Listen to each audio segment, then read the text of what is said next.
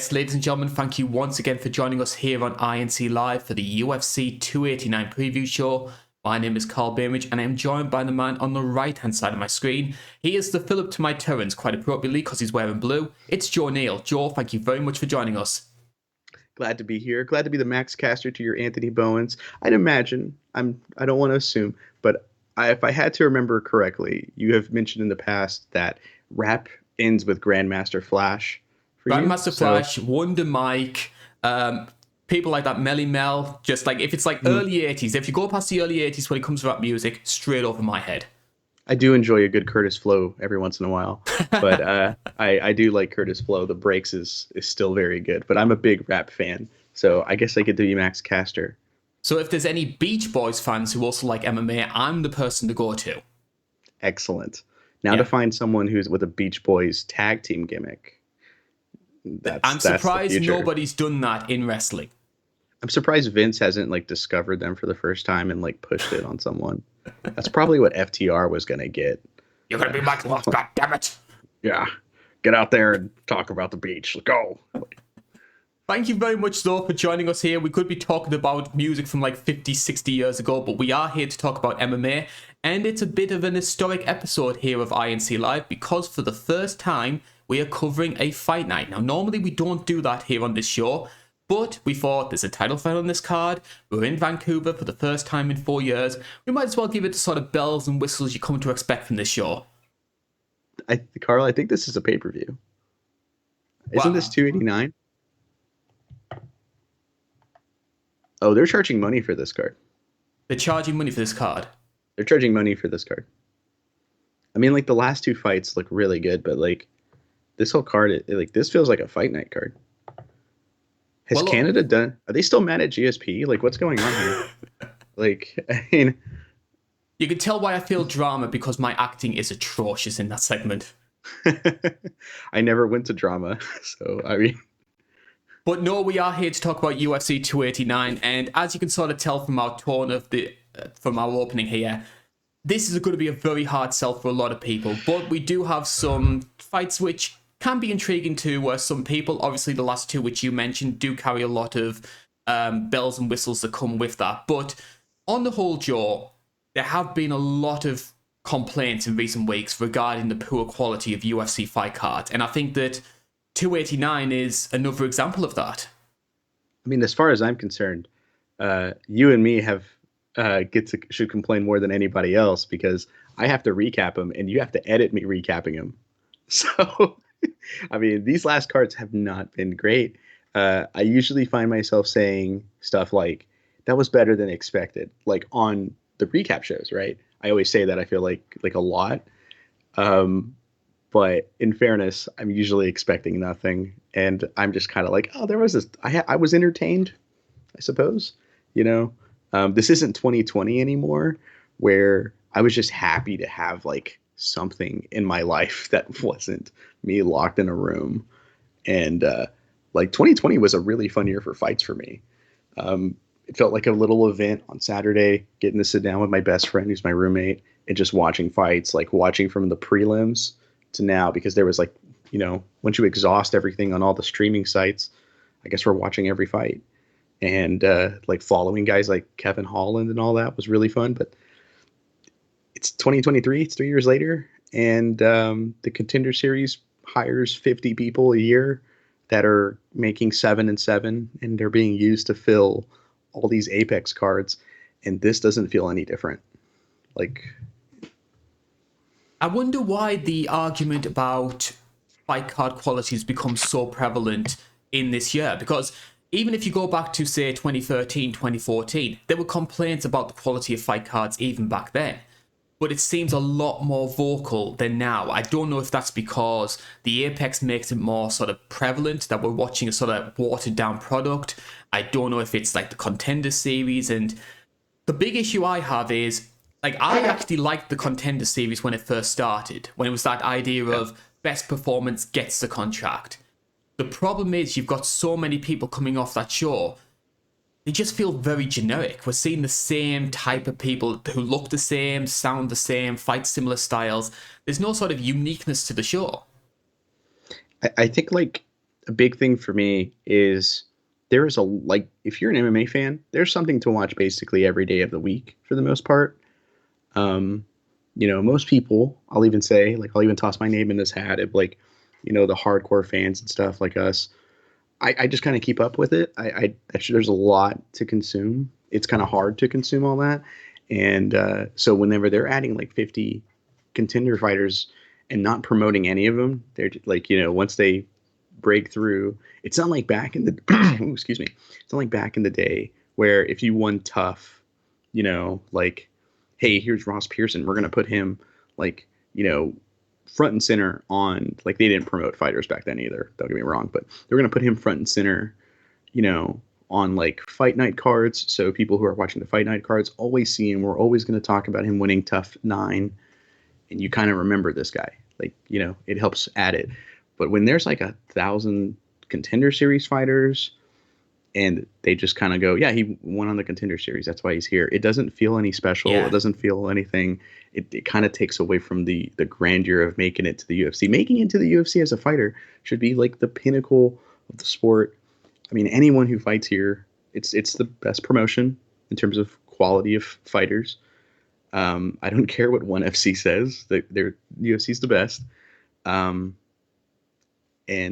like it should be like celebrated that they make it that far, but it just doesn't feel like that. It doesn't feel anything. It feels like a very homogenous product and just kind of churning out, going through the motions, especially when like the most interesting thing that happened in the UFC in weeks involved them like just being upset at a fighter of theirs leaving going and making crazy money in PFL. Like that's the most biggest news the UFC's had. And I think we also get this sort of watered down argument when it comes to, in particular, sort of like the fight night headliners. Because I'm looking through some of the people here who are going to be headlining cards over the next 2 or 3 months. You've got Amir Albazi, who, like, I think Albazi has a lot of talent, but in terms of profile, virtually non-existent. No offense to the guy. Myra Bueno Silva, who has been almost a bit of a meme fighter and who sort of gets into the top 10 because that division is so weak. And she's going to be headlining a card against Holly Holm.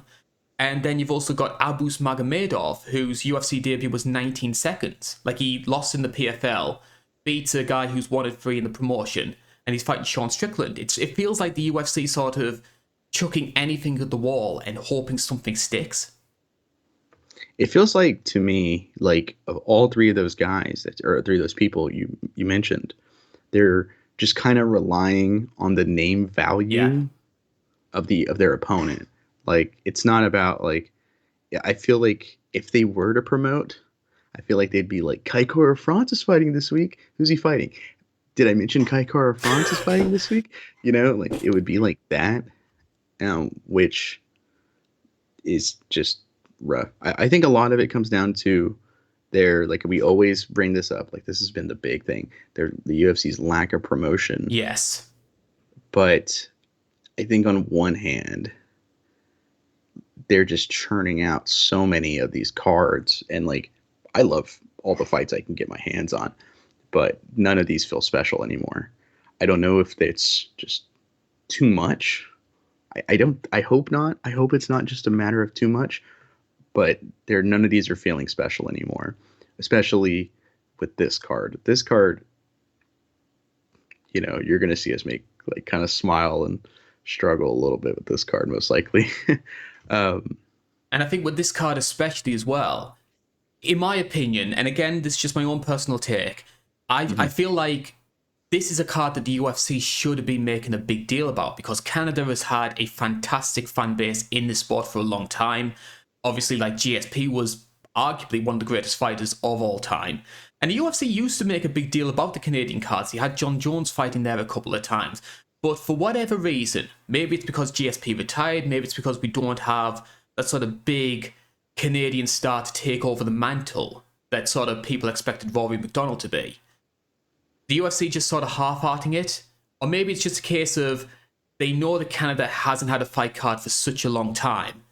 They can take any sort of talent level and people will still pay tickets because it's been so long.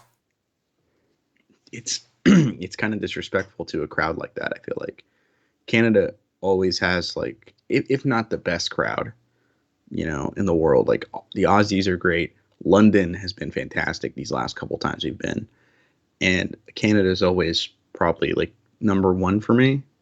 Um, Maybe behind Mexico, but no, Mexico's a rough crowd. I don't want to go back there. As a Mexican myself, as a Mexican American myself, I don't want to go back I to don't think Michael Mexico. Bisping does either. He got like I pelted don't with blame him, Coke cans the last time they went down there. dude. It was insane. I don't like, I don't know. That was rough, and I don't. Yair Rodriguez didn't make it any better. You know, I'm so glad there was no subtitles for what he was saying, because he would be canceled. Like if people just Googled what he said. Don't do it, guys. Hold on, not trying to encourage that, but um but like Canada's always an amazing crowd. Like they're just consistently one of the best, and I it feels like they're drip feeding them here. They're like, oh, you know, you'll take anything because we haven't been there in so long. Um, I mean, of course, I'm always down for some good old fashioned Dana White hating. So I like I think you brought up there's a commission up there that gives him trouble, and I think GSP like is still like GSP is the man on that guy's dartboard. Like he is just sitting there throwing at that dartboard all day at a picture of George. So it feels weird. Like I don't understand why we're treating him this way. Someone made a comparison with this card, which once they said it, I haven't been able to shake it off my head. Do you remember in pro wrestling during the Attitude Era, the Yeah. WWE would do these UK only pay per views, and it was clear that like everything was like phoned in. People were half hearting everything. There were matches which you knew what the result was going to be. You'd have like Kane versus Midian, that sort of thing. That is what this card feels like. It feels like just something to put on for the local fans, get it out the way, and focus all their attention on the serious stuff. Absolutely. And what I hate most about talking this way is I'm very much a respect the fighters. I want to stress we don't mean this in any disrespect to the fighters on the card. Like we're not like it's not their fault. They should take the best fights that they can get for the money, the best money, and all that. But it's like it's not up to the fighters to make a good card, and it's not even up to the fighters, I think, to make a good fight. I'm kind of controversial statement there, but it's not their fault that this card isn't great. Yes, and I do want to stress that as well. And there must be somebody who's agreeing with you based on your phone calls there. I know. I literally just like I hope I called him a nasty word and muted it. So I don't know who it is. I thought it was Dana White. He must have heard you and like texting and saying you all that sort of stuff. He probably called me a goof. Yeah. So let's try and talk about some of these prelims here. You can see those on our screen right now. Now, when I was prepping the notes at the start of the week, there were two fights on this card which I was keen on, which was, of course, Hakeem Dawodu, very entertaining fighter, local boy as well, and Chris Dawkins making his debut as a light heavyweight. Quite appropriately, given the sort of state of this card, both of these guys have fallen out. Matt Schnell as well, he was another guy I was excited to see. He's also pulled out of this card. So you're left with a real sort of smorgasbord of talent here. Is there anybody on this card that does take your attention? I have a couple here. I always grab like a ton just in case. I'm actually I want to see the Imavov Chris Curtis fight, and I don't understand why that isn't the opener for the main card. I mean, these guys are ranked on Tapology. They're top 15 on Tapology. I mean, sure. Miranda Maverick versus Jesuda Vicious or Jesuda Vicious. That should be a pretty fun card or pretty fun fight, because I think Miranda Maverick has a ton of upside. So like, oh, he lost to Aaron Blanchfield, got dominated, hasn't at this point. But upside, yeah, Hobby's brother Iman, who, I mean, I feel like he's mostly known for getting just clobbered by Ricardo Ramos with the spinning back elbow. And if you're looking for people that, Kyle Nelson always seems like a nice guy in like interviews I've seen of him, so I hope he wins. I always butcher her last name, but people like to fan around on Twitter, Diana Belbita. So I mean, Marketable fighter, put it that way. yes, she's very marketable. She seems to have a good sense of humor on Twitter, but I haven't seen people talk about her in a while. So maybe she said something. Yeah, I'm glad you Hold on. brought up Miranda Maverick as well, because I'm somebody in a similar boat to you. I think she has a ton of upside, and I think that I personally thought she beat Macy Barber. I think that's one of the most Yeah, egregious absolutely. judges' decisions for a long time. Thought she won that one comfortably, and yet she's been stuck in this sort of like fringe top 15 sort of role here, and I think she's one of the biggest favourites on the card. Most people expect her to beat Jasmine. I'm personally leaning that way as well. She should be getting like the Casey O'Neills of the world, those sort of like people around sort of top 8, top 9, or Vivi, someone of that sort of ilk. Maybe Lauren Murphy. Yeah, I think Lauren Murphy makes sense too. But like everyone goes, oh, she lost the 2 fights in a row. Like, she beat Macy Barber. Let's be honest. Like, it was a really bad call. And Erin Blanchfield beats everybody. Blanchfield's She's just so good. So good. like, yeah, I think she's champ next year. Maybe not this year, but next year, like later next year, I could definitely see it. But like after that, she came back with 2 wins. Right back on track.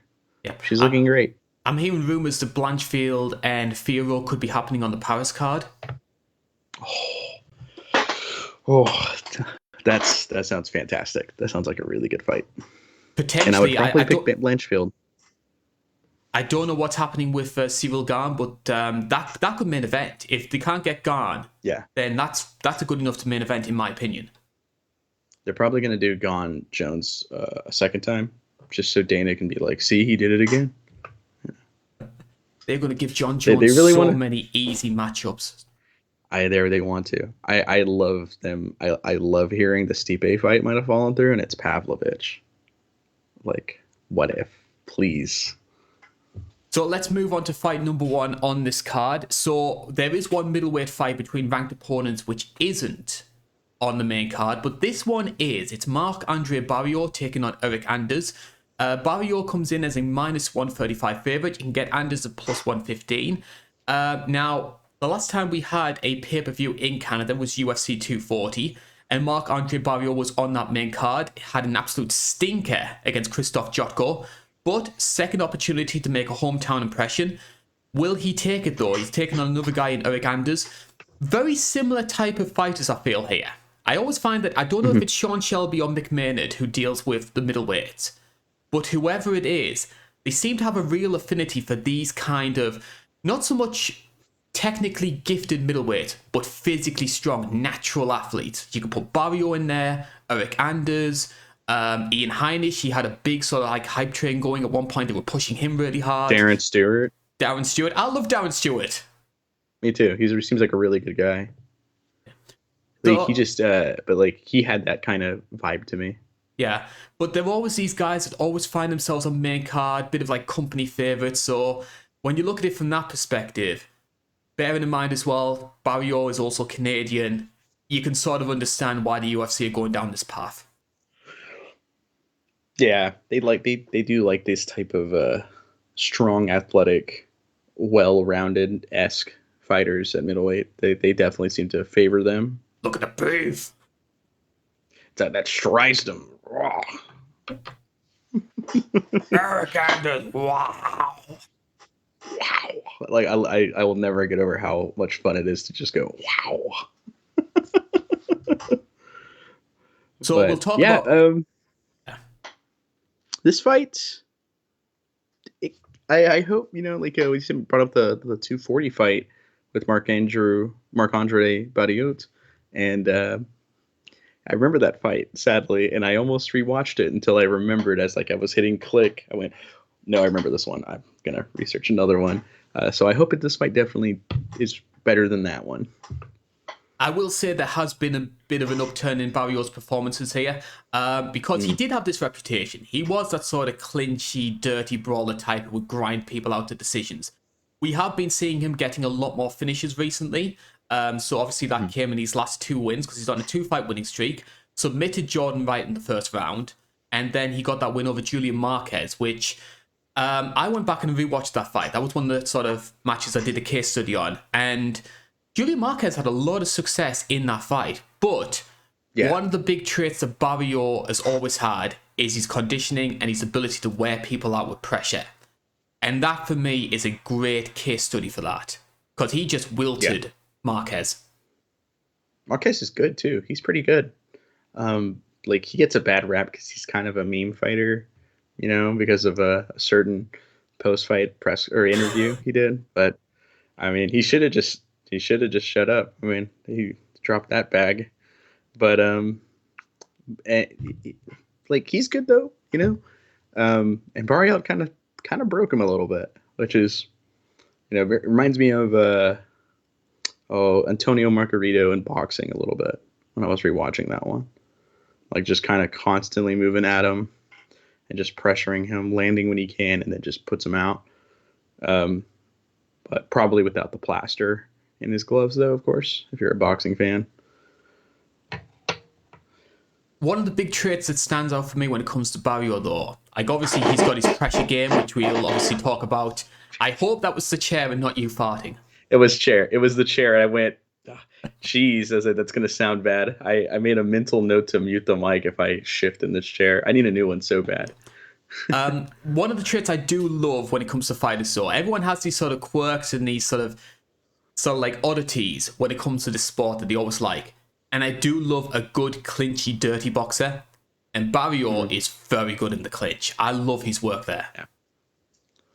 He definitely, he isn't, the difference I think between these two guys is Barrio feels more like a little more technique on him, whereas Anders feels like just pure athleticism. Yes. Barrio feels like, he's athletic, strong guy, but he also kind of knows what he's doing in there as well.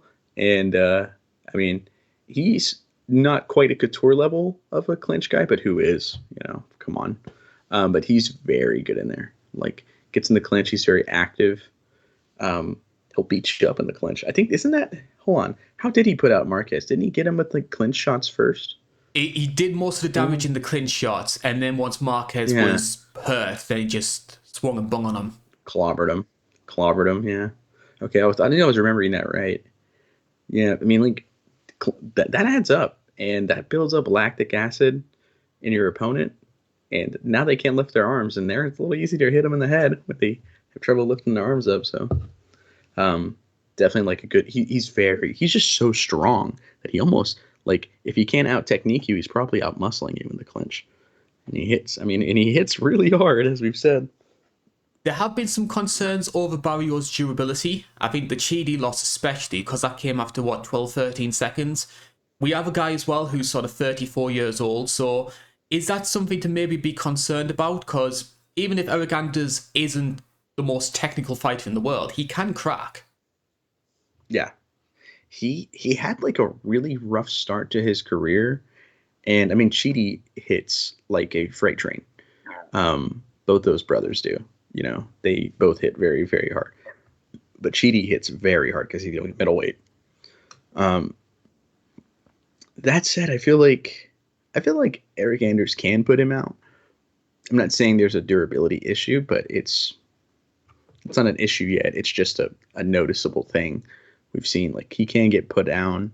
And I think, if I remember correctly, I'm about to look this up really quick, but if I remember right, in his first really rough show in the UFC, he got finished. No, he didn't get finished in any of them. Wow.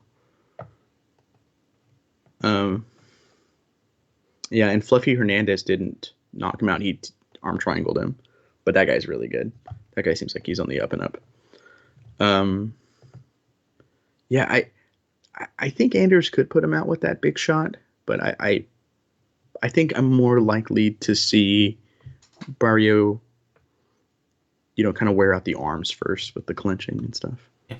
So we'll talk about Eric Anders in a bit more detail here. Now, this was a guy who, as we sort of mentioned before, came into the UFC with a ton of fanfare. He was a former college football standout at the University of Alabama.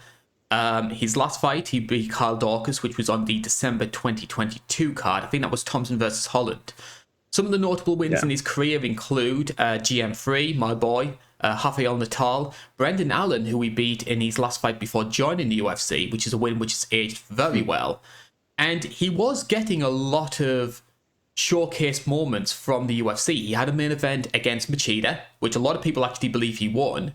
He stepped up to was really 205 to face Thiago Santos, which was a really that was a bizarre card to watch because it was like, I think it was supposed to be, I'm tempted to say, I think it was supposed to be like Little Nog versus Jimmy Manoa, and it changed like 3 or 4 times, and we ended up with sort of Frankenstein Santos versus Anders main event. Wasn't that both their 205 debut? Because I remember watching that fight going, oh, this is a light heavy or a middleweight fight. Yeah, it was. And then they go, this is 205. And it was like, wait, why are they at 205? Like I remember thinking that, and it just making me laugh. Like I thought this was a middleweight fight this whole time. I was no wonder they seemed so much bigger. And I love the fact that Thiago said as well that, you know what, I can't be bothered cutting, I'm going to stay here. And he ends up fighting for the title a year later. Yeah, I mean, you know, like it's that dude. He has a crazy career. If he would have pulled off the Jones win, what a story that is. Like he's just like, oh, I don't want to co-weight anymore, and then just starts knocked out Jan Blachowicz. Like crazy run to the title for him. So let's go into a bit more detail about Anders here. So what are the big traits which really stand out for you when it comes to Eric Anders? For Eric Anders, I always think of like, I have a comparison here. He's like a less ground savvy OSP is what he reminds me of. Like they have the same background. One's was a Tennessee football player. This one, he's from Alabama, football player. But both have like kind of just brought that football athleticism into the sport. And with Eric Anders, I always think just like southpaw out athlete is what I always think of. He can kind of do a little bit of everything. He can take you down if he has to. He has some good ground and pound, obviously, like in his last fight. Very good ground and pound. He has a pretty good left hand. Like he kind of will wing it, but sometimes it's pretty straight. And against Machida, he was able just to kind of pressure him a little bit out whenever he needed to, which is saying something. I mean, Machida was older at the time, but Machida is kind of designed around beating the pressure fighter like that. And like he can kind of just do a little bit of everything. He's not amazing in one area, but he's comfortable everywhere. And he's been around for a very long time. Like it feels like to me, because I'm, you know, as we get older, it feels like just yesterday I saw him go, oh, he's fighting Machida. That's crazy. Turns out that was years ago. That was weird. Whenever I had that realization of like, oh yeah, Machida hasn't been in the UFC for a while. But yeah, he's been around for a while. He's been fighting for a while in the UFC. He's fought at 205. He's fought at middleweight. He's, you know, sadly, I always think of the Khalil Roundtree fight with him, who was supposed to be on this card as well, but no. It's a good thing you brought up the Khalil Roundtree fight as well, because one of the big things that stands out for me when it comes to Eric Anders and his fighting style, he has a lot of issues dealing with low kicks. Is that something that Barrio can potentially exploit? I kind of hope so, because I actually really like the Khalil Roundtree fight.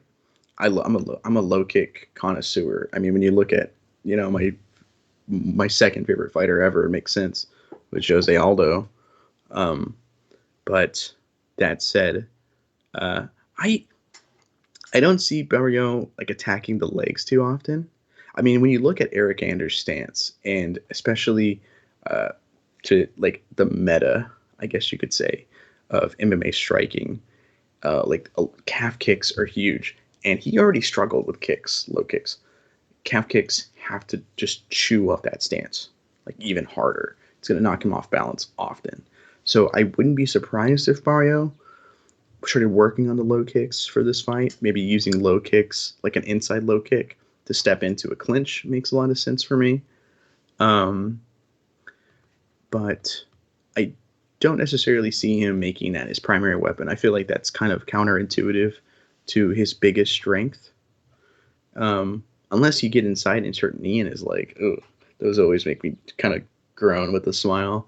Uh, but yeah, Eric Anders does struggle with low kicks. I was trying to think of positive things to say before I just start rag. I'm not trying to rag on Eric Anders, but I always think of the Khalil Roundtree fight. That's the first fight I think of with him.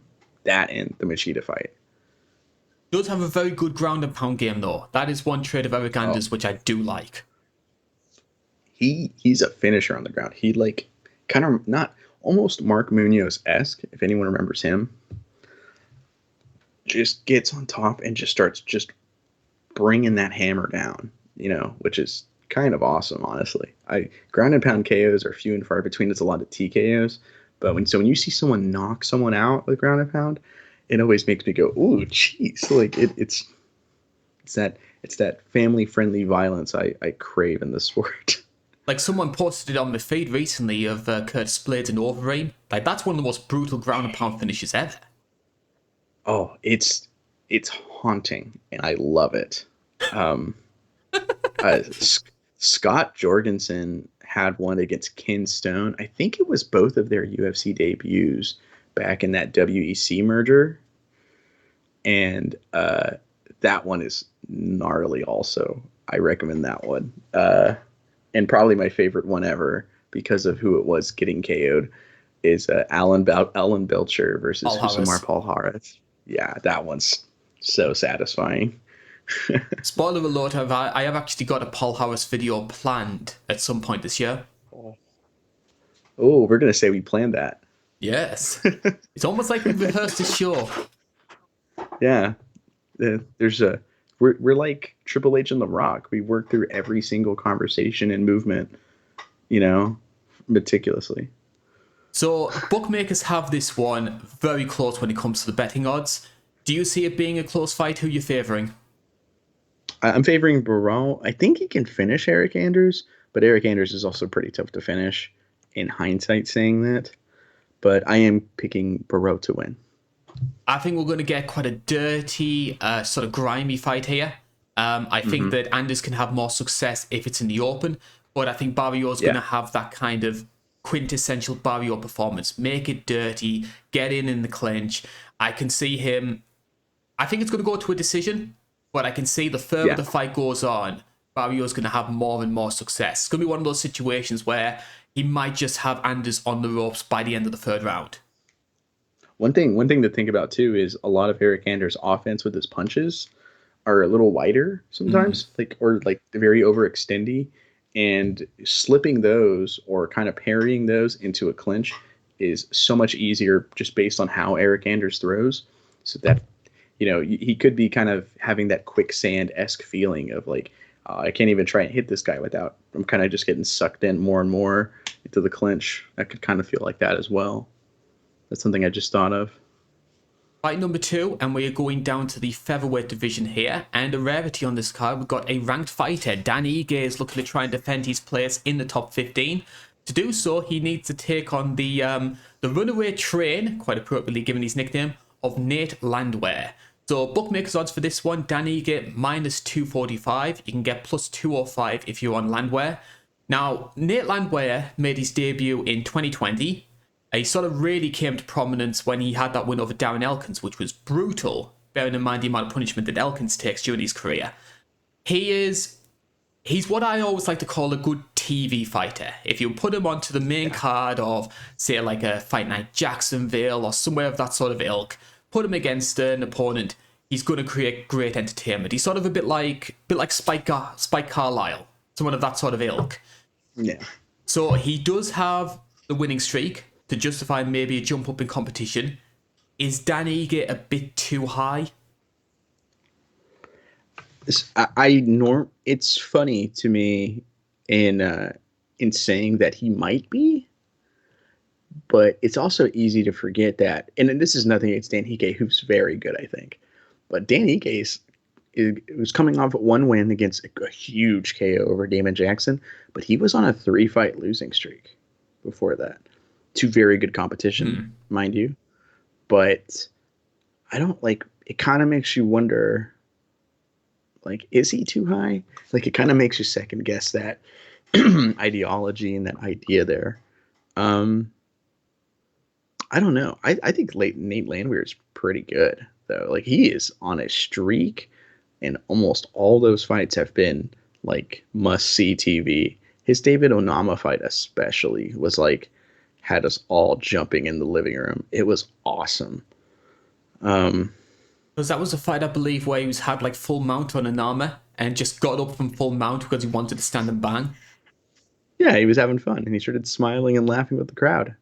And that is not going to get you far in the sport, but my lord, am I going to love you for it? Like, one of my I like Mighty Mouse a lot, but Ian McCall full mount on or back mount on Mighty Mouse, laughing and having fun while pounding on him. He could have finished him, but he chose to taunt. That cost him the fight, potentially. He could have been flyweight champion. If he finished Mighty Mouse, he would have got that match with Benavidez, probably would have won it. Yeah. Yeah, at the time he was very good. He was very, very good at the time. He fell off pretty hard, but obviously there was a lot of personal issues going on in the background. But crazy like that. How like just and it's because the judges can't do math is actually what really the judge like that's a true story. If you, I'm sure you remember, the judges were counting up the scorecards and they had a special commission rule. If it's a draw, it goes to the fourth round. They make a fourth round for it. And the judges were like, looked at it and goes, all right, 10, 10, 8, like, and then looked at the other guy, 9, 9, 10. Mighty Mouse wins, right? And they just didn't do the math. They just looked at the rounds and they didn't do the math. And they accidentally announced Mighty Mouse won the fight as he's like half conscious, beat up after that third round. And, Ian McCall's like, oh, that was a bad decision. And then when they're in the locker room, they realize, hey, the judges, they need to use the calculator app on their phone for basic math. Like, we might have made a mistake here. They had to reschedule the fight where Mighty Mouse was ready for all that, and it cost him. Crazy little story. But back to Nate Landwehr. I was wondering where this was going. It wasn't going anywhere. I'm going to be honest. It was just a lot looking of to fun, talk to really you. interesting stuff, though. I'm just looking to conversate with you, Karl. This isn't for the fans. This is just our friendship growing. No, Nate Landwehr. I'm going to be laughing about that. I legitimately lost where I was at until I saw the Nate Landwehr thing, and I went, "Oh, we're not talking about controversial fights. Hold on, like it's." Anyways, Nate Landwehr, a lot of fun, very fun fighter. He mostly beats you. He'll stand and bang with you like it's no problem, but he mostly wins like through submissions. He's got a pretty good submission game on his hands. This is a really dumb note here. He looks like the actor Mark Menchaca, or that name isn't referencing anything. If anyone's seen the show The Outsider on HBO, fantastic show. It's a very good horror show. He looks like the character Jack Hoskins, who Mark Menchaca plays, so much to the point that whenever me and my best friend see him, we go, "There's Jack Hoskins." Yeah, there we go. There he is. It looks splitting image. If anyone's watched that show, they can attest to that. But I think this could, call me crazy. This could be my fandom of the show The Outsider, but I think this could be like a potential fight of the night. I think this fight could be really pretty fun on this card, Well, I'm certainly hopeful, and I think that if somebody is capable of doing it, I think Landwehr is that type of person, because he is a lot of forward pressure. He likes to make it a dirty brawl, which I think Dan Ige is somebody who likes to be a little bit of a technician, stay on the outside, and if he does get coaxed into this brawl, it could be problems for Dan Ige. You mentioned before about Dan Ige's losing streak, and I agree that is something that raises a cause for concern. But the people he was losing to, Korean Zombie, Josh Emmett, Evloyev, those are three very good fighters. He had that sort of drop back in competition with Damon Jackson, and it puts Ige in this sort of awkward middle ground for me, because he's obviously shown with his previous losses, and we can add Calvin Cater in there as well. He is a step below that sort of top 5, top 6 range. But guys outside the rankings, such as the Damon Jacksons of the world, given the way he beat him, because it was quite a comfortable win. He's better than that. So he's in sort of a bit of an awkward ground. He's sort of like, trying to think like Barcelos at bantamweight. Very good fighter, Yeah. fringe top 15, but just not good enough to make that next step. It definitely feels like that. It's Damon Jackson was actually doing pretty well. It was coming up pretty good, and then put in all that, pretty hard, rough, hard KO. When I saw that, I saw that this week before I was doing research and just like a little knockout compilation I saw. Nasty KO. A very cool one, honestly. But that said, Nate Landwehr puts a lot of pressure on you. He can make it that grimier, dirtier fight. And I'm kind of curious what happens if they just decide to bang it out. Because Dan Ige clearly it might have. I mean, if you look at his finishes, he does have the power advantage. It's a lot of its technique, I feel like, more so than just, beef. But Nate Landwehr likes to kind of get in there and make it a scrap brawl. Just get dirty, throw left and right, have fun with it. I think in the striking, Ige has the clear advantage. I think on the ground, Landwehr has a clear advantage, though. This fight's interesting. I think this fight's pretty interesting, especially with like Dan Ige's trajectory. Like, I feel like that's probably like how you view Dan Ige is how you view this fight will turn out, I think. Because I know some people who think Dan Ige kind of sucks because of that 3-fight losing streak. I think that's fair, but I don't know if I agree with that, that mentality. Do you think that Dan Ige is a little bit undersized for 145? He is one of the smaller featherweights on the roster. Yeah, but I remember hearing him say that he's kind of thick. Like, he kind of has he seems really small to me. He seems like, who was it that I saw? Like, he looks like a bantamweight to me, like in there. He looks like Rob Font. Yes. He's like trying to fight. Like, he looks like Rob Font's build and size, but just kind of muscled up at 145 for some reason. He fights like Rob Font too a little bit, but I think I could see him. He might need to drop down to 135 because Nate Landwehr is kind of big. Actually, it's a good point. Nate Landwehr seems like a bigger dude, at least bigger than Danny Ige. Which is why, if I was Landwehr, I know there's this temptation to make it a brawl, put on a show for the fans. If he does go grappling heavy, especially when we saw what Evloev did to Danny Ige on the ground, Landwehr could have a lot of success. Because I could see Absolutely. a situation, if he does get taken down, I could see Ige giving up the back. And if that happens, Landwehr's going to jump on that neck straight away. Absolutely. Or pound away, taunt the crowd, have some fun, and then try to get that neck. Like, that's just what Nate Landwehr does. His last fight, he did that. It's exactly what he did. Yeah. But also, a lot of people forget that Lingo had a lot of success in that first round, and it was Landwehr's pressure that turned the fight.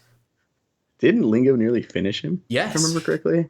Caught him quite a few times. That fight's awesome. Nate Landwehr is so much fun. Like, this is like, when you call him the TV guy, like, yeah, this guy needs to be on every other Apex card. Because this guy he just brings fun. It's just a lot of fun. Yeah. Like you mentioned before when you were talking about like the Ultimate Fighter and guys on that show, and they sort of used the Ultimate Fighter name to plug the sort of fight nights. Mm-hmm. I remember when they first started doing the fight nights, all this sort of cards and Spike, Stephen Bonner was on every single one of them. Because he was it was like the Ultimate Fighter name, he's an action fighter, and Landwehr's in that same sort of boat for me.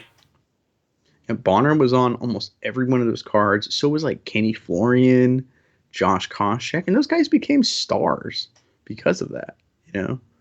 Why can't they do that now? We're such old men. I remember the good old days.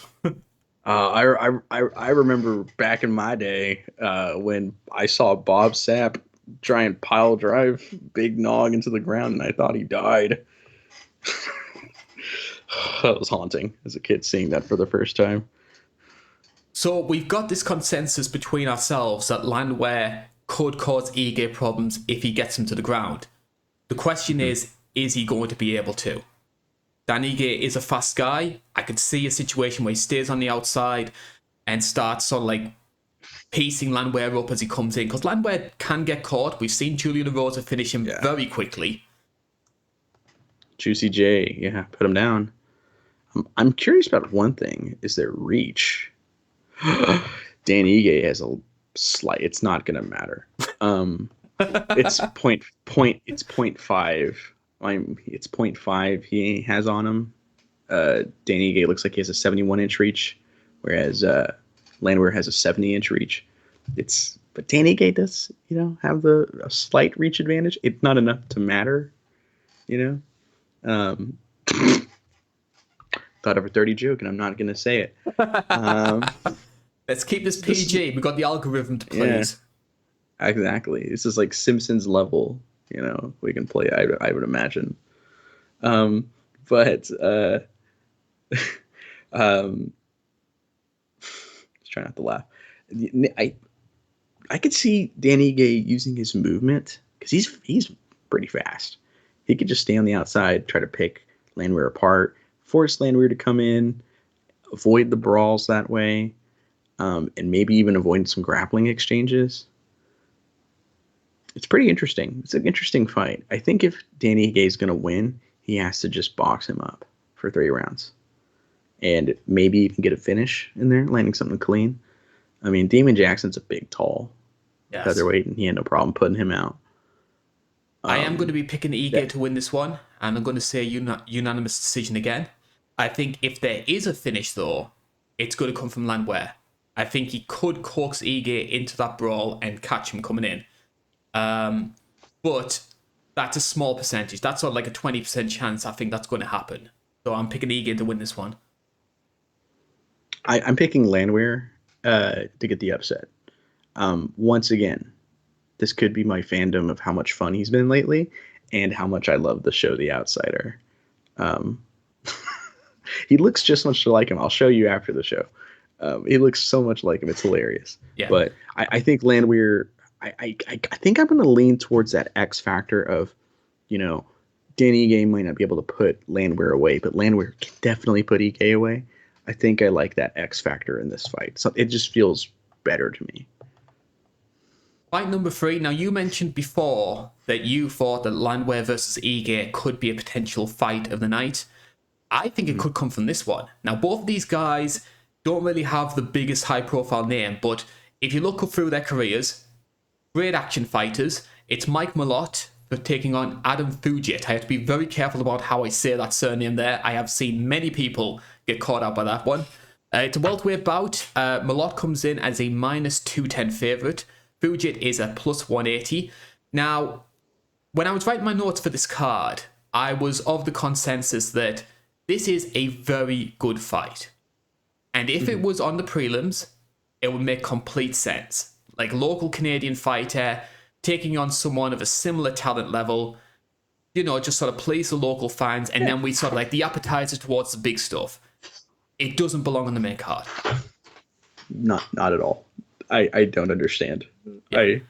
I whenever I saw this was on the main card, I just had a glance. I went, no one knows who these guys are. I know who they are, but it's kind of my job to know who they are. But it's like, why is this on the main card? And then I remembered, it's because Dana White hates Canada or something. I don't know. It's so odd. But this fight could be very good, actually. It's sort of like I'll use another example from like a UK perspective. Like Molly McCann, entertaining, fan favorite fighter. You put her on the prelims, no problem with that. But she shouldn't be the core main. Not at all. It's not at all. Yeah. Take the hint, Dana, Mick, Sean. Plus, as well, I think that Stolyarenko fight's going to fall through, because I do not see any way Stolyarenko makes 125. Stolyarenko is a co-main event for the UFC. hilarious. I think that is I think that's history right there. It's amazing.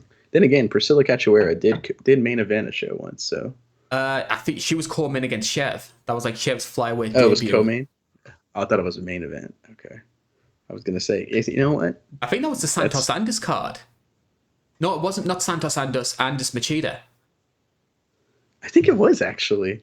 I I just remember laughing because I was like, they made this division for her because she couldn't beat Nunes. Like, this is kind of funny, and I still believe that. 235. 235. She took those 3 rounds. Don't care what you say, Joe. I her nose is rose. I might have added that in just to Try and pull at my strings there. Plus, it stops us from talking about 289, though, so I'll let you off on this one. But Mike Malott, I do really like this guy. I don't think he's going to be sort of like the next GSP or anything like that, but entertaining fighter, fantastic finishing record. I think it's sort of like 9 wins, 5 knockouts, 4 submissions. I may be wrong, but that's what I believe. 2-0 so far in the UFC. First round knockout over Mickey Gall, which unfortunately for Gall was his last fight in the UFC. I think there's a lot of upside to this guy. He seems like a decent enough bloke. Carries a lot of power. Good all-rounder. And again, as I mentioned before, I think he's worthy of being showcased on a Canadian card. He's obviously going to get the fans on his side. Whether its main card is questionable, but I do like the guy. Yeah, I think he's actually really fun. When I saw he was on this card, I was like, oh, hey, this guy's pretty good. He broke my heart because Mickey Gall is one of my boys. My friend Andy got to meet him at WrestleMania, and my friend Andy thanked him for beating Sage Northcutt, and Mickey Gall gave him a hug because of that. So that's why he's my boy. Like, that's such a cool story. Thank you for beating Sage Northcutt up. That is such a funny story to me. But yeah, I mean, no, this guy's good.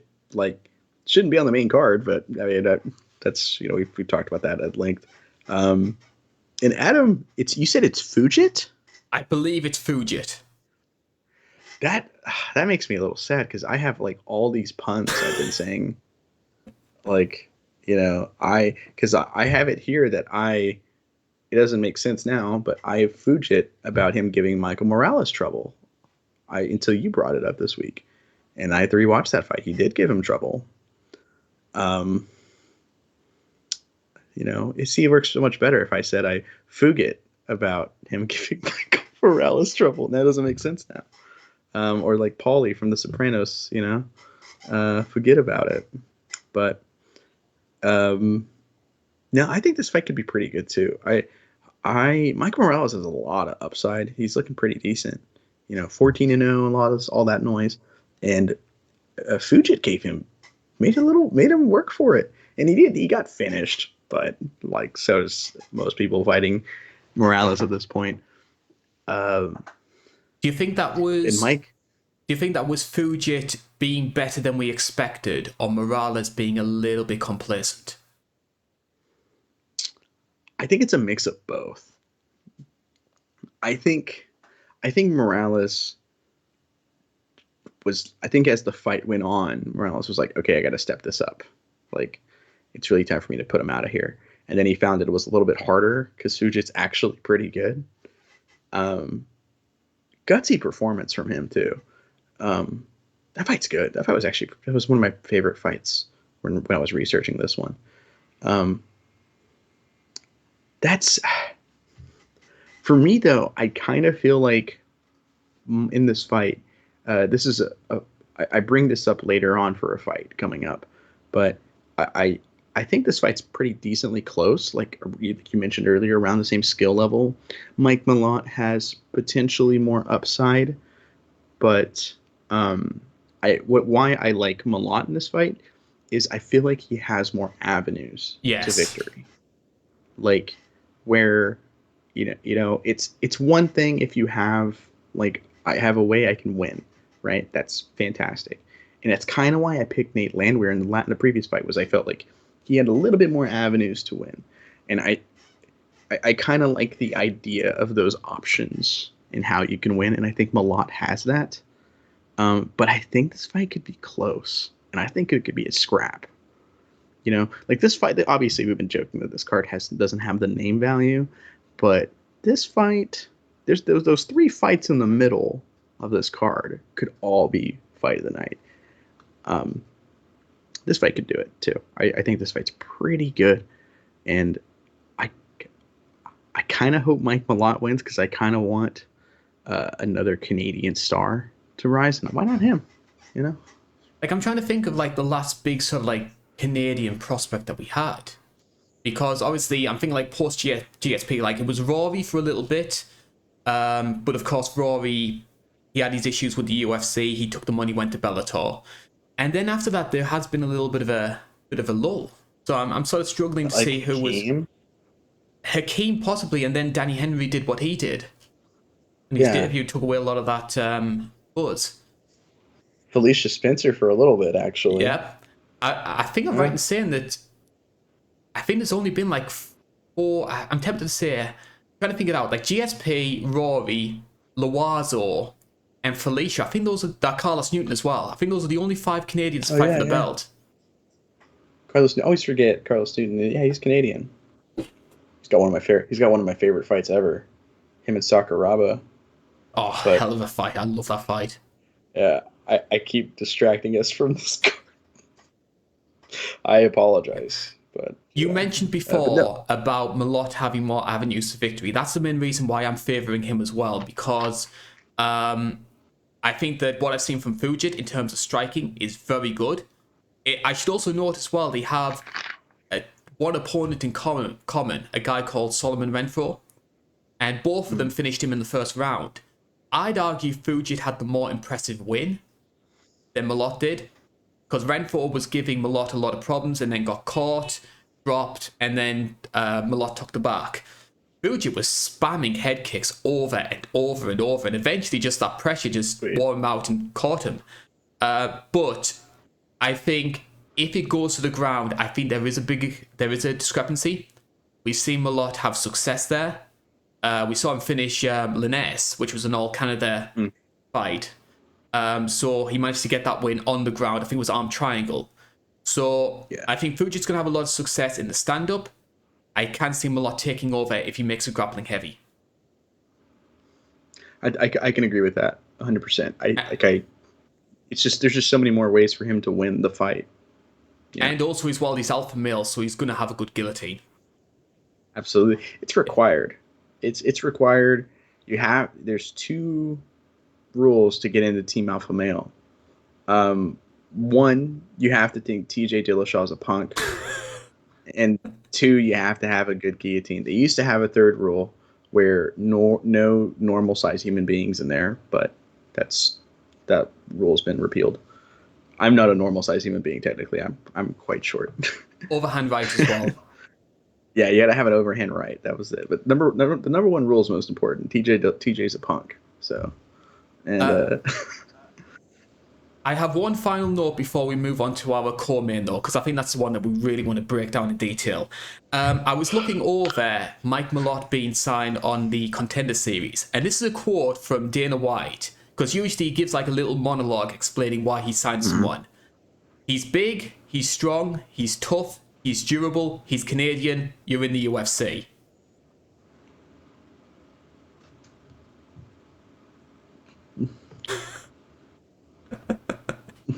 I don't know why you have to add in his nationality in there. Like, that's like that is so funny to me. Like, I love the acknowledgement of we lost George, we need a new one. Get in here. Like, well, I do think sometimes when it comes to matchmaking, there is an element of sort of, dare I say, box ticking. Yes, you have to. Because obviously, there's no coincidence for me that when Garn started becoming a success, they started planning for Paris. They were trying to recruit a truckload of French fighters. Same thing when they did Dublin and Conor was getting big. Loads of Irish fighters came into the UFC. Mm-hmm. They have to, because you need, like, you can't just have, like, because, like, realistically speaking, you'll go to, like, one location, 2, maybe 3 times a year in terms of other countries. Fighters with like injuries, there's a lot of variables. You can't just like bank on Conor being every Irish card headliner. You need a kind of backup plan, and I definitely understand it. And there is a lot of box ticking for sure. Like, it's no surprise that when we went to Brazil earlier this year, every fight had a Brazilian in it basically, and almost every fight here has a Canadian in it basically. So. You say that as we talk about the Dutchman, well, the Iranian said, the Dutch stroke Iranian taking on the Brazilian. Co-main event time, Charles Oliveira takes on Beneil Dariush. Betting odds for this one caught me a little bit by surprise. Beneil Dariush is the minus 135 favourite. You can get Charles Oliveira at plus 110. Now, in the eyes of a lot of people, this is the real main event of this card. 2 elite level lightweights, potentially a title eliminator. A lot of that depends on what happens between Dustin Poirier and Justin Gaethje as well. The question that a lot of people might have, though, is should this be a title eliminator in the first place? Should have gone to Beneil Dariush already. Yeah, absolutely. The idea of this is potentially a title eliminator.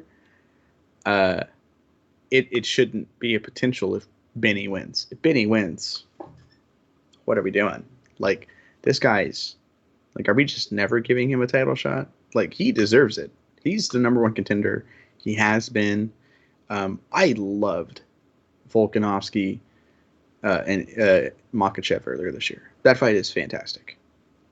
And I thought Volkanovski won. But that said, that fight shouldn't have happened. It should have been Benny and Makhachev in there. Yeah. Like, it's kind of gross. Like, this is such a big dropping of the ball in matchmaking, and I don't understand why. But here we are.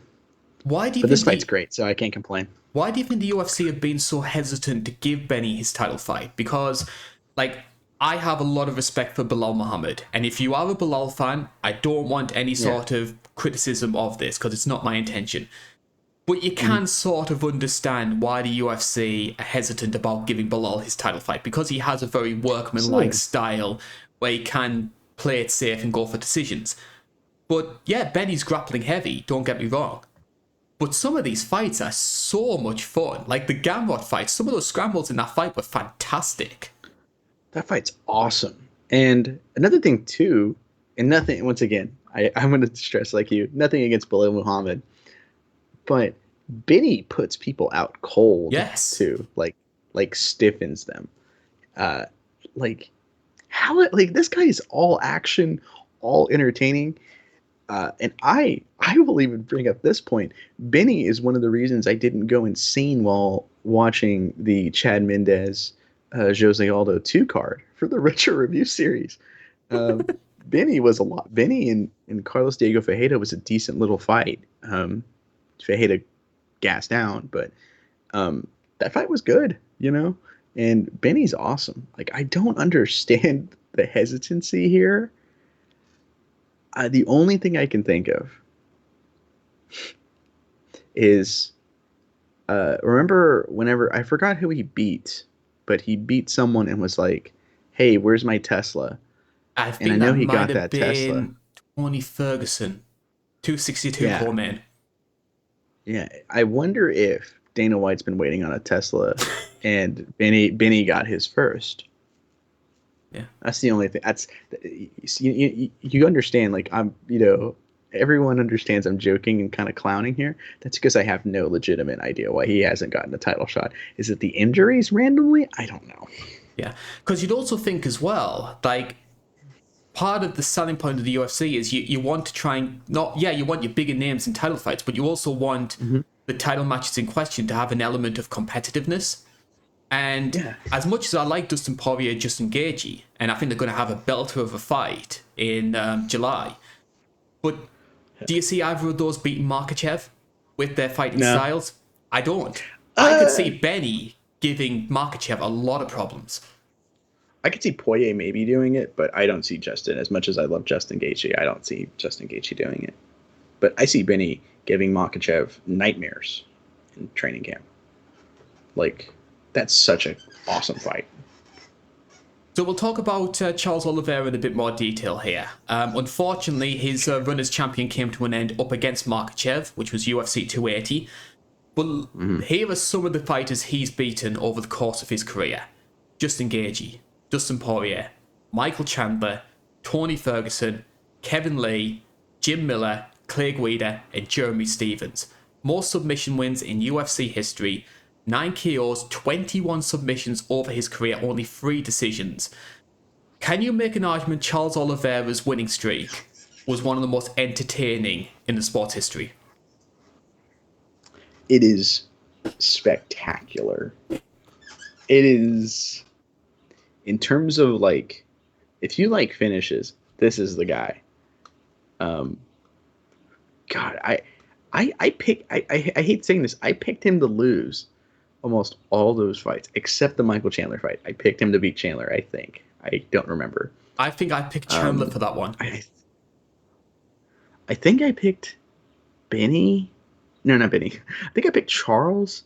I don't know. It was before I was a part of the team. I just know that. Because I think that was 2021, wasn't it? Yeah, it was. Yeah, because that was the whole scale fiasco. Was against Gaethje, which was last year. Okay, yeah, because I remember I was part of the team whenever that went down. That's how I, remember my fights. People have AD and BC. I have pre-INC and post after INC.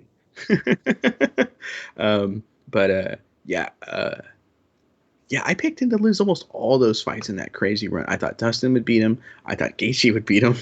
I thought I thought Tony was going to come back after taking that break post Gaethje and beat him.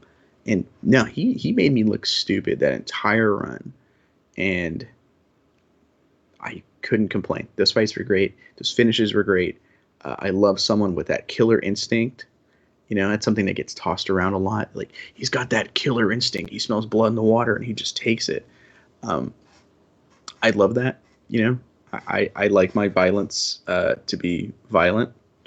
So it's like a little joke I always say, like, I'm a sick guy. I thought this bloody fight was awesome. Yeah. But yeah, he's so entertaining, like you said. Like, just unbelievably entertaining. And this was a guy who, for the longest time, was... We obviously knew that Charles Oliveira was very good, but for whatever reason, especially when he was a featherweight, he just couldn't put it together. He had a reputation for wilting a lot. Yeah. What was it that caused this sort of turnaround? What was that flick switch that made him suddenly say, hey, I've just put it all together now? What changed between sort of featherweight Charles, who was getting ground and pounded by Paul Felder, and then becoming lightweight champion and the beloved fan favourite? I think he started putting some muscle on. And I think he was kind of sitting down on his punches and kicks a little bit more.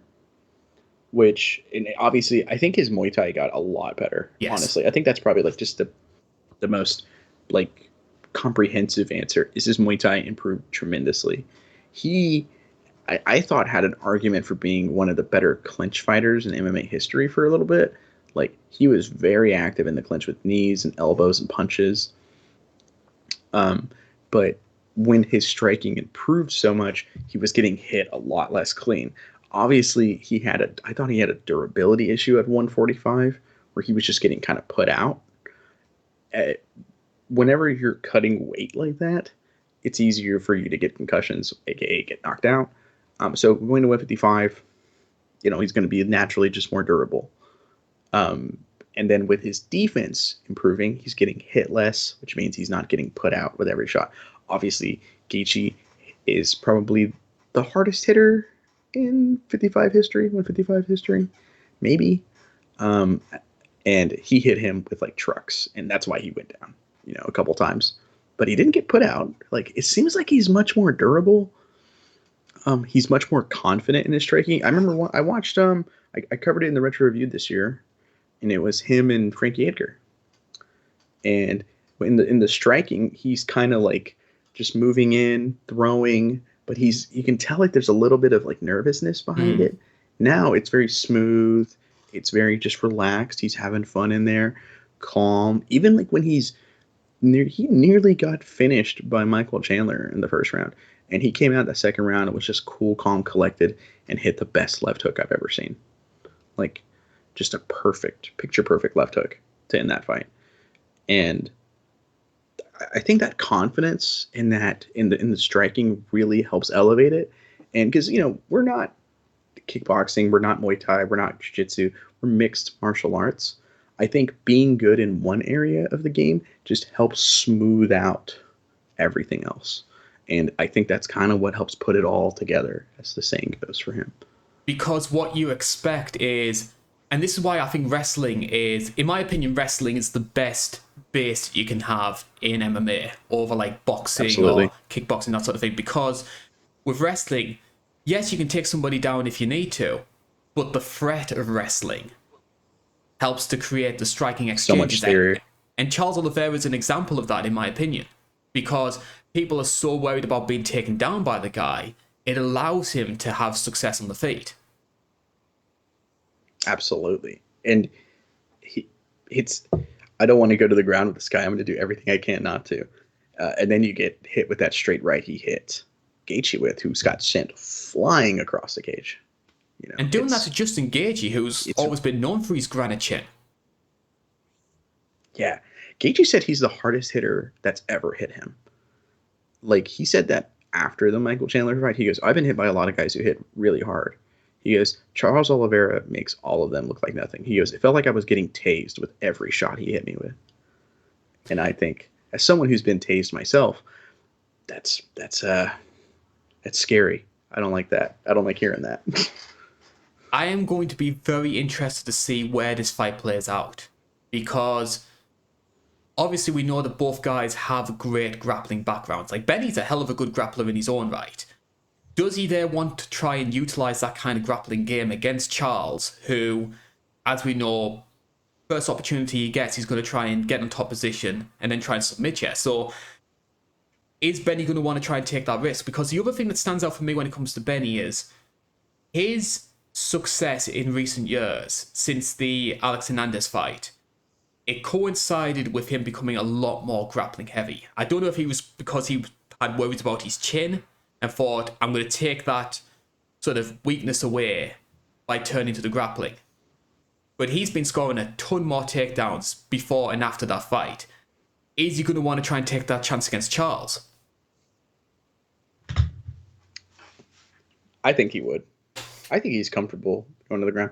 Like, Carlos Diego Ferreira came into the UFC with like a lot of praise in his grappling, and he was just totally willing to go to the ground with him with no fear. I don't think Benny has a fear of anyone's grappling, which makes me think this fight could be really fun on the ground. Like, this feels like the unmovable object, unstoppable force kind of idea. Like, these guys, I think the fight will be 90% grappling with occasional striking into takedown attempts, or or like using strikes to stop takedown defenses, which is one thing I'll bring up later. But I don't think Benny or Charles is worried about either one's grappling, and that just sounds like the recipe for another Gamrot-esque fight. Do you think we should take into account people's prowess off their back? Because if this does turn into a grappling match, there's going to be the question of, is Charles Oliveira going to try and throw up for a triangle or an armbar if Benny takes him down, and vice versa? Should we be thinking about people's abilities off their back? Because I was a little bit surprised that Oliveira was neutralized so early but easily by Makhachev when he was taken down in that first round. That was weird. I expected, because Charles is like, people say it's like playing in lava when you're on the ground with him, even if he's on his back. And Makhachev just neutralized him and submitted him. Like, kind of mind blowing. But that said, I think Benny will probably be on top for most of this fight. And I think before I saw the Makhachev fight, I would be like, oh, like, that's a terrifying idea, Benny having to take him down. Benny's going to have to strike with this guy. And now I think Charles is super good off his back. I mean, he was able to get that sweep off on Poirier. Granted, he was holding the gloves. You know, um, like rewatching that fight, I was like, oh, it's pretty clear Charles cheated a little bit here. But that said, I think I think Benny could do something similar to what Makachev did. I'm going to pick Benny to win this one, and it's a bit of a bold take. I admit that because I'm talking about Charles Oliveira, a guy who up until last year was on this fantastic winning streak. But I think a lot of Oliveira's success came from, it was sort of like a momentum thing because he was having this success, building two turned into three, into four, into five. The snowball started getting bigger. I did see a little of the insecurities about Charles Oliveira come into play when he wasn't having success against Markachev. And I do wonder if he is going to be a little bit tentative up against Benny. And now Benny has the momentum because he's on the big winning streak. So I'm going to take a chance, and I'm going to say Benny's going to win this one by decision. I think Benny's going to win as well. I have one idea I want to toss out into the open though. Go ahead. This is a southpaw versus orthodox matchup, and so in the southpaw orthodox matchup, the rear knee is perfectly placed, like for both guys, like the left knee for Benny, the right knee for Charles, is perfectly placed to intercept any takedown attempts based on like the open guard matchup. I wonder, Benny's knee or Charles's knees are really good. I wonder if he's going to go in looking to time a knee on Benny, who has been put out in the past. Like, I wonder if he's going to be like, I expect this guy to take me down, and I'm going to just try and intercept everything. Charles has a great uppercut and a great knee, and with the open side matchup, the rear uppercut's there, and the rear knee's there. That said, I'm still picking Benny to win. But I think that has to be in the back of our minds when this fight happens. Like, if Charles was to win, I wouldn't be surprised. Yeah, I wouldn't either. But I really hope Benny wins. He deserves the title shot. It's just... Yeah, there's been a lot of these sort of concerns when it comes to title shot matchmaking, and I think Benny's been another example of that. Mm-hmm. Yeah. I've been campaigning for it on the recaps. Give me that job. Get McMaynard, Sean Shelby out of there. Bring in this guy. You know? My Raquel Pennington title shot campaign, that nobody paid any attention to that. I'll push for it, and then you're gonna wonder, why is Priscilla Cachoeira fighting Alexa Grasso for the 5th time this year? Don't worry about it. Don't worry about it, dude. Don't worry about it.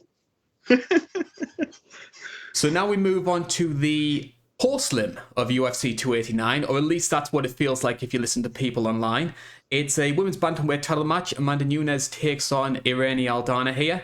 Bookmakers odds for this one, you can get Nunes at -260, Aldana plus 285, so a little bit closer than what I've expected going into this. So you've been following the sport, Joe, a little bit longer than myself.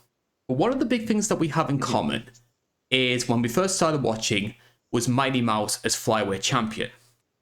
Now, like obviously you watch the sport a little bit longer than me, but for anybody who's quite new to the sport, maybe was there before Mighty Mouse came in, we have to stress Dana White did not like Mighty Mouse. And one of the biggest issues was Mighty Mouse wasn't a pay-per-view draw. The company would actually lose money having him main event. And eventually it got to the stage where they were putting him on free TV and were threatening to shut down the weight class because they didn't believe there was enough interest.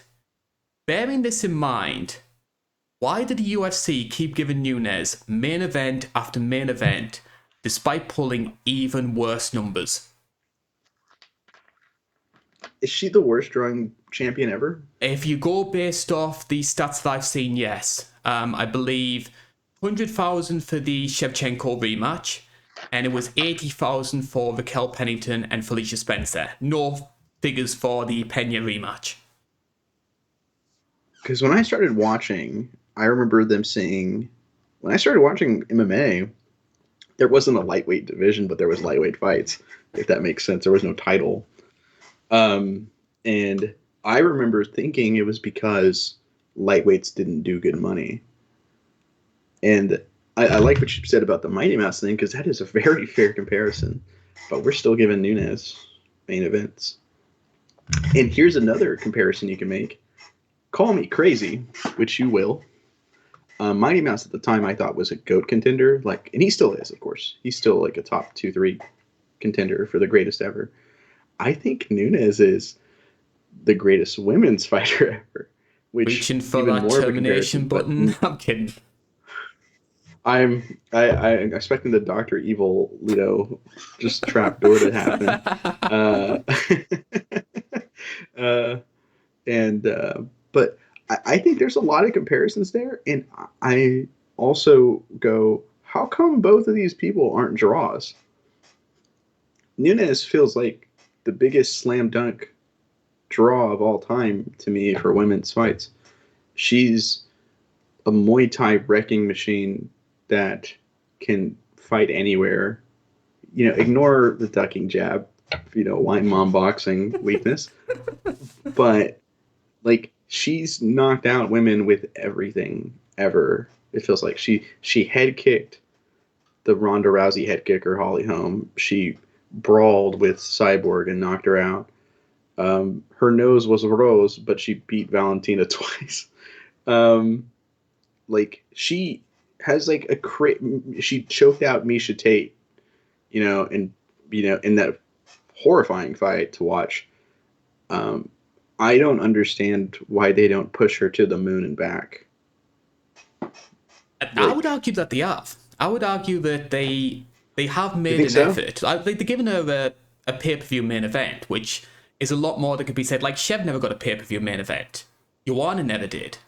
So I think they are making an effort. Joanna did. No, Joanna she was co-main when I was thinking. She had some co-mains and she headlined some TV cards, but she never had a pay-per-view main event. So I do feel like the UFC... they just think that putting them on the card works. Yeah. But I think that one of the big issues I feel like a lot of people do have with Nunes, I think that's maybe one of the problems that some people have.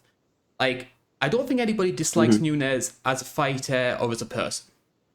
I think they do maybe have a problem with the perception she's being pushed on the fans, even if it's done with good intentions, and I do want to stress that. I don't have an issue with this fight as a fight, and obviously we'll talk about that in a lot more detail. Yeah. I do have an issue with it as a pay-per-view main event, and I feel like the UFC going down this road, despite there being a lot of fans saying, we're not interested, please don't do it, it's a bit Roman Reigns for my liking. Yeah, I was going to say, I remember you calling her that in the past, or making that comparison, I should say, in the past. That's so weird to me. See, as a Roman Reigns hater, I can understand why Roman Reigns never got over with fans until he was a heel. I don't understand why Nunes isn't over with fans, because, spoiler alert, this household I live in loves her. I think she's entertaining. I think she's fun. Best friend loves her. My brother likes her a lot. He doesn't live with me, but he likes her a lot. Wiley Zhang's his favorite. He was telling me last night, but I don't understand why she never got over with fans then. Because I don't know. Maybe I'm bitter over the idea that, Paige Van Zandt was pushed really hard. Conor is probably perpetually one win away from a title fight, even though if he goes 15 straight losses, he's perpetually one win away from a title fight. I don't understand. Do you think it's who she's beating? It's odd to me. Because one comparison I'll make here is back in the 60s and the 70s, Henry Cooper was this big beloved British boxer. And he had a fight against a guy called Joe Bugner, and Bugner was another British fighter. Mm-hmm. And Bugner beat him. And even though Joe Bugner went on to have a successful career, fought Muhammad Ali for the title, never got over. Public hated him. The British public hated Joe Bugner because of what he did to Henry Cooper. I wonder if there's an element of that. That has to be because she's beaten everyone's favorite female fighters ever, basically at 135, of course. Like back in that era, people used to like Holly Holm. She KO'd her. Cyborg, beloved fighter, KO'd. I'm gonna skip over this one really quick. Rousey, and then Misha Tate. Like, I know you're a Rousey fan. I feel like I feel the finger on the button. Yeah, so I'm Ronda retired in April 2015. I don't care what people say. I will never forget taking some casual friends of mine to see that fight at a Buffalo Wild Wings, and one of them, they were all big Ronda Rousey fans, and one of them screamed in my face and was like this close, like really loud. She screamed in my face, and I just had to put a smile on. And as soon as the fight ended, she goes, "All right, I'm leaving. Can you pay for my drink?" "Yeah. See you later." And all I could do was smile. It was a, good comeuppance. I blame them, by the way, for it was karma getting them. But she retired in April, of course. August, August after the bench fight. Yeah. After the bench fight, it was August. Yeah. We'll try and get this back onto a tangent here because we are going off. We do this a lot, we go down these roads and try to do everything other than talk about the fight. So this was originally supposed to be the trilogy fight with Juliana Pena. So the UFC made a big deal about it being the trilogy fight, first ever one for the title, all that sort of jazz. Pena, I believe it was a rib injury, has to pull out of the fight. Irene Aldana was already in camp, so she was going to fight Raquel Pennington, which a lot of people believe was going to be a title eliminator. Aldana gets pushed into this matchup, and it's taking place at 289. I believe Raquel Pennington is the backup for that fight. Now, you're going to expect this from me, bearing in mind my fandom. Like, most of the general consensus is the UFC have made the right call with Aldana getting this matchup. Do you think there is an argument that it should have gone to Raquel? Bearing in mind she's higher ranked, longer winning streak, and has a win over Aldana? Or do you think the UFC have done the right thing? I'm kind of torn, admittingly. So I forgot that Pennington had a win over Aldana. And so whenever this fight was whenever the Nunes or the Pena rumor was kind of going around, because it was like a rumor for a day or so before she officially pulled out. And I remember thinking, oh, just slot Aldana in, right? That's what they'll do. And then whenever I think you and me were talking about it and you brought up Pennington's win over her, and I went, oh, that makes it a little hard. The only reason I think Aldana deserves it slightly more in my mind. She's fresh. And it's like minuscule. Yeah, she's a fresh face. Whereas Pennington Nunes have already fought. Yeah. Do you think that Aldana's preparation for that fight could be something which may be an advantage? Because if you were to compare, obviously in terms of power, there's no comparison between Pennington and Nunes. But in terms of fighting style, sort of striking heavy wrestle boxers, whereas Nunes is going from a durable grappler to a lanky striker. Do you think that's something that could play a part, or do you think the extra 3 or 4 weeks it's going to sort of nullify that? I think it will play a part, but I also imagine that Nunes was never afraid of the takedown necessarily. She was more she knew that she could just stuff him. She was more worried about the boxing, maybe adjustments. The dipping jab of Pena. Yeah, it's that what's the phrase? If you have a bug in the house or you have a hole in the wall, but you buy a new house instead of fixing the hole. And I think it was Jack Slack who quoted that. I love it so much. Yeah, shout out to him. Yeah, that's such a funny one to be. Just turn southpaw. You don't have to learn to deal with the jab if you're southpaw. That's so funny. And I remember cracking up in that fight. I know we meme a lot on that fight and meme about I'm seeing Julie be crowned queen of the jab, that sort of thing. But it does make you think though, is that something that maybe Aldana could find success with? Because if you had to ask who is the best jabber in that weight class, Aldana's possibly up there. It's Aldana. In my notes, I specifically say, if Aldana makes weight, just saying, and I like Aldana, but she hasn't fought technically at 135 in a while. 2020. But God, it's insane. You're getting a title fight in the division you haven't fought in, essentially, because of missing weight. That's crazy to me. Because I think she missed weight against Yana, and the Macy fight was moved to a catchweight.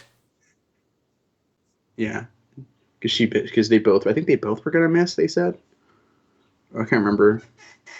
Totally not a fluke, right? She planned that. She planned that. Crazy. That's such a crazy finish, like, ever. But I have it here saying she could definitely pull off. I think Aldana can pull off this upset because we have seen Nunes in the past struggle with basic boxing techniques. Yeah.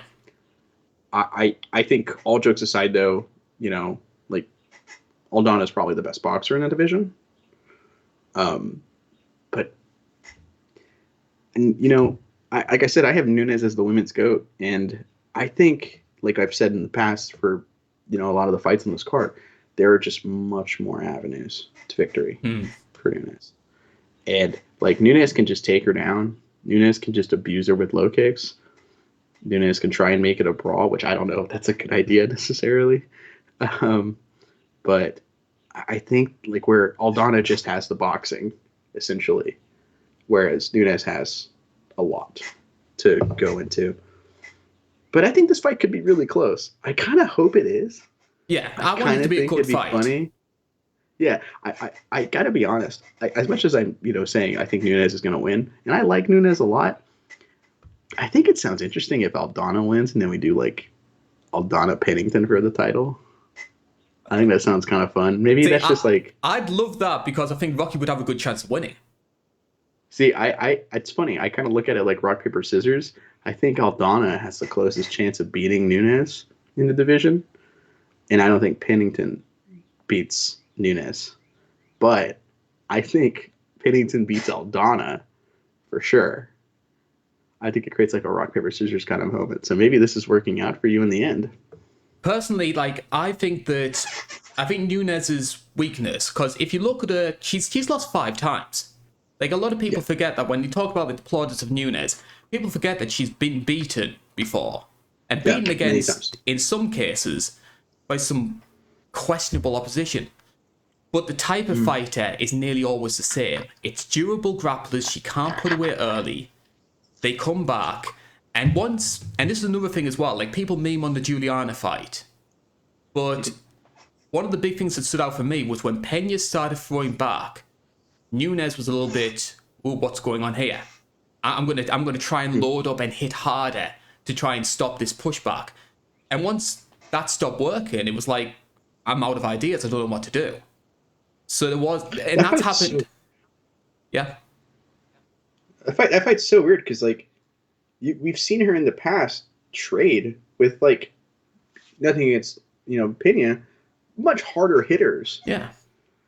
And, like, Pena was, like you were saying, just making her, like, knocking the head back. I wonder if her nose broke in that fight or something. It's so odd. Obviously, Aldana's not that kind of fighter. And Aldana's not a durable grappler. What she is Jermaine Durandamy. And Jermaine Durandamy was piecing Nunes up anytime they were on the feet. It's a good comparison, actually. I always forget about the second fight. I always think of the first fight. I always forget they fought twice, technically. And Nunes was obviously forced to grapple in that fight. And if Jermaine maybe had a bit more of a ground game, then we might have been talking about her as the champion. It does bring me on to another sort of X factor if you are looking to try and back Aldana in this one.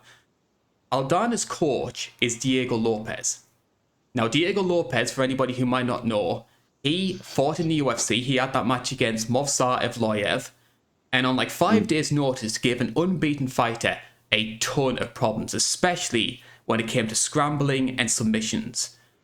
I wouldn't be surprised if we see Aldana trying to create some scrambles, because she is going to get taken down in this fight. So I wouldn't be surprised if Nunes is going for a takedown, and even if I'm not suggesting like Aldana's going to be trying to throw on arm bars off her back or anything like that. But if she can get Nunes working, we know that Nunes has had issues with cardio, and if she doesn't control the pace, that does cause issues with her in the past. Maybe Aldana just being a little bit of a scrambler, try and make things a little bit awkward on the feet. That might just cause might just create these openings to either get to the feet or take the back, because Aldana does have subs. She has submission wins. Like, I think... I actually did not know that her coach was Diego Lopez. Who was also the coach of Alexa Grasso. That is one thing I'll say is I feel like, as much as I like Nunes, I feel like a part of me wants Aldana to win because, that's another Mexican fighter for me to brag about to my mom. It would shake up the weight class as well. Yeah, and this division needs it. 135 is non-existent. 145 isn't a division. 135 feels non-existent. It's just so hard picking against Nunes, man. I posted this on Twitter a couple of days ago. I posted the women's bantamweight rankings in 2015 and compared it to now. And if you go back to 2015, every fighter in those rankings either fights for or wins a title in a major promotion. Like in some cases, it's fighters in a lower weight class, so like Andrade is in there. It's fighters who end up doing it in Bellator, like Karl. But on the whole, it just shows that the talent level of that weight class at that point was leaps ahead of what it is now, and especially in terms of relevance and star power. What do you think caused the downturn? Or is it something that was always going to happen post-Ronda? I think a lot of it was the other divisions opening up, I think 125, I think you can directly look at 125 getting better and in 115 being always really good, and look at maybe that's like it's taking away from some of the talent pool, because at the time 135 was the only division people really cared about for women, because of the Ronda Rousey stuff. 115 was pretty fresh and new around that time, around 2015, if I remember correctly. So I wonder if, like obviously Andrade, you brought up, mentioned, she's kind of moved all these divisions down. I think for the last card we've joked, we're like, Andrade at 135 was crazy to think about. She's tiny. If you go back and watch the fight she had at bantamweight, she's tiny in that weight class. I think it was I think it was Jessamine Duke she fought in that division. Pacheco. And it looked, it was like, it just, like, what is going on here? Looked like me trying to fight a normal person. So short. But yeah, I feel like a lot of it is those other divisions opening up, because you have like a Valentina who went to 125. There's a lot of fighters who, I remember when 125 opened up, a lot of fighters left 135 and it just started cutting the weight because they were, walking around at 135 while some women are cutting weight to make 135. Jessica Rai, Karl, Alexis Davis. Misha Tate, I think she said she was. She tried it against Murphy, didn't work. Lauren Murphy's another one. Yeah. There's like a lot of fighters who fought at 135 that went to 125. So I wonder if it's just the divisions opening up, and a lot of it just feels like it's the same old fighters in there. They don't feel like there's any new blood going to that division. Like the top four, I believe, is top 4, 5 if you count GDR. They were all fighters who were ranked when Ronda was champion. So there hasn't been the sort of turnover that there once was. I have seen some people blame Nunes directly. And look, she's not the most media-friendly champion, but I think it's very harsh to put everything on her. Like, what she is to me is Kevin Nash. Kevin Nash is not to blame for pro wrestling being as bad as it was in the mid-90s, but he was the face of it. And I think because of that, he gets a lot more of the brunt than he deserves. Yeah, I think that's actually the perfect comparison. I was actually thinking earlier when you called this the new generation era, I was like, well, who is the Kevin Nash? And you hit the nail on the head. That means, in about 10 years, Nunes is going to go to PFL and make fun of their X division. That could happen. I know you're on the juice, Well, most of them are in the PFL, let's be honest, with all the drug test failures. Oh my God, actually, yeah. She is going to do that. I know you're on the juice. Roddy McHugh's over there. But yeah, I feel bad, because in my opinion, a fighter's job is to train, make weight, don't cheat, and win your fight. Yeah. In my opinion, that's a fighter's job. The promoter's job is to do the promotion stuff. So I don't think it's her fault. But I'm in a similar boat to you. I think that Nunes is going to win this one for the same reasons you said. I think that Aldana is a very good striker. And if there's a situation where Aldana catches her with that big left hook, puts her out like she did against Ketlen Vieira, that's a possibility. Like she's got a better chance of winning this fight than, say, Lauren Murphy against Chev. But yeah. I think Nunes is going to make it grappling heavy. And if you want my sort of sneaky bet, Nunes by sub, I think you can get some good money on that. Yeah, I think so too. I think if anyone's going to beat her, that said, I'm picking Nunes. It's really for me, but I think if anyone's going to beat Nunes, it's Aldana. That said, so if you're a betting person, I don't think there's any shame in picking Aldana here. I'm just picking Nunes because. One final point that we do need to bring up before we wrap things up. You mentioned before, Aldana has had issues making weight. Last time she made 135 was 2020. Are we going to be sitting here a week from now with Raquel Pennington stepping in, getting ready for that title fight? I feel like if I'm the UFC, I check on her now. Like, hey, where are you at with your weight cut? You going to be able to do this? I feel like I would check on her today. Like, today's Saturday. I feel like I would check on Aldana. But that said, they're not going till like Tuesday. Yeah. I could see Rocky stepping in. Actually, I could see, and if that's the case, I'm still picking Nunes. And a big congratulations to Rocky Pennington and Tisha as well, but for their beautiful little baby.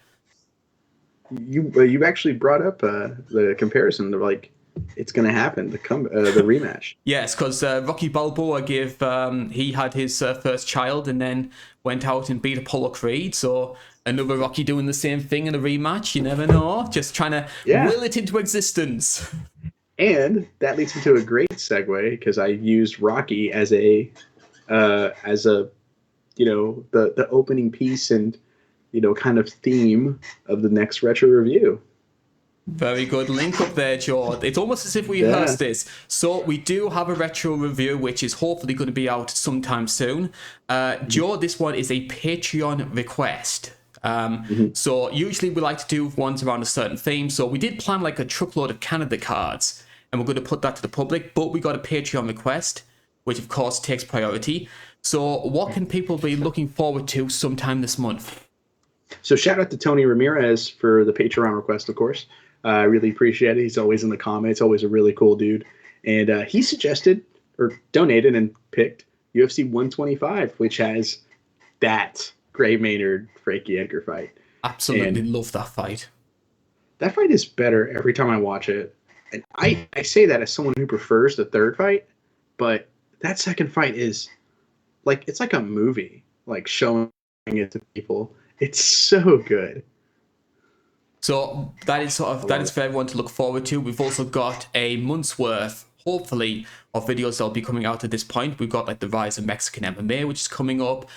One of our worst referee videos, which always seem to do well. We're going to be focusing on Kim Winslow for this one, which I think is going to be a real blast from the past for a lot of people. Oh man, I have so many good Kim Winslow memories. I'm excited for that one. So that is all the time that we have here for the UFC 289 preview show. We thought this one was going to last like just over an hour because we had like nothing to talk about, but we managed to get like nearly 2 hours out of this. I told you if I bring up Ian McCall and Demetrius Johnson, I got us. Just like, Thank you very much, everyone who has been joining us for all of this time. My name has been Karl Bainbridge, that's been Joe Neal, and we will be back in, 4 weeks' time to talk about International Fight Week, UFC 290. Bye-bye for now.